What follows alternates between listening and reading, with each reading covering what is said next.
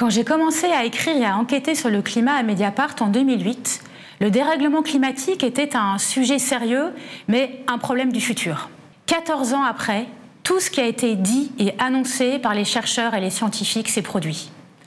Les sécheresses, les canicules, les méga-feux, les giga-inondations, les glissements de terrain, les bouleversements sont massifs et se produisent beaucoup plus vite que ce que l'on craignait. Ce n'est pas le fait de la fatalité, c'est la conséquence de décisions politiques, le choix de ne pas agir. Un exemple. En 2009, l'accord international contraignant sur le climat est rejeté par les États. En 2015, l'accord de Paris sur le climat est bien signé, lui, mais sans aucune contrainte sur les pays signataires. Autre exemple. 2009, Barack Obama arrive à la tête des États-Unis. On s'attend à une nouvelle politique sur le changement climatique. Il relance les gaz de schiste. Son successeur, Donald Trump, comme on le sait, bloque ensuite toute action sur le climat. Autre pays, le Brésil, avec l'élection de Jair Bolsonaro, c'est la relance de l'extractivisme et de la déforestation.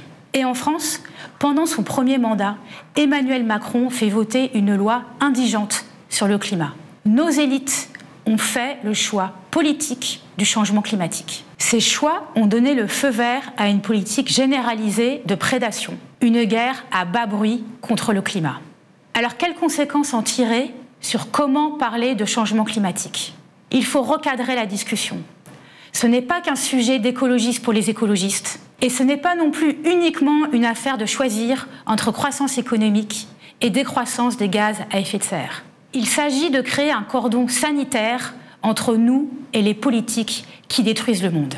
Et il faut le faire tout de suite, car pour atténuer la violence des dérèglements climatiques, l'action doit être immédiate. Face à ce nouveau monde de la catastrophe climatique, la tentation est grande de se laisser envahir par la tristesse, par la désolation ou par l'impuissance. Mais d'autres voies sont possibles, comme celle de politiser sa colère. Et une façon de le faire est d'aller voter aux élections législatives. Le désastre climatique a des responsables, retirons-les du pouvoir. Votre député a voté contre l'obligation de rénovation énergétique, contre l'interdiction de la publicité pour les produits climaticides, contre l'obligation d'une alternative végétarienne à la cantine. Ne le réélisez pas dimanche prochain.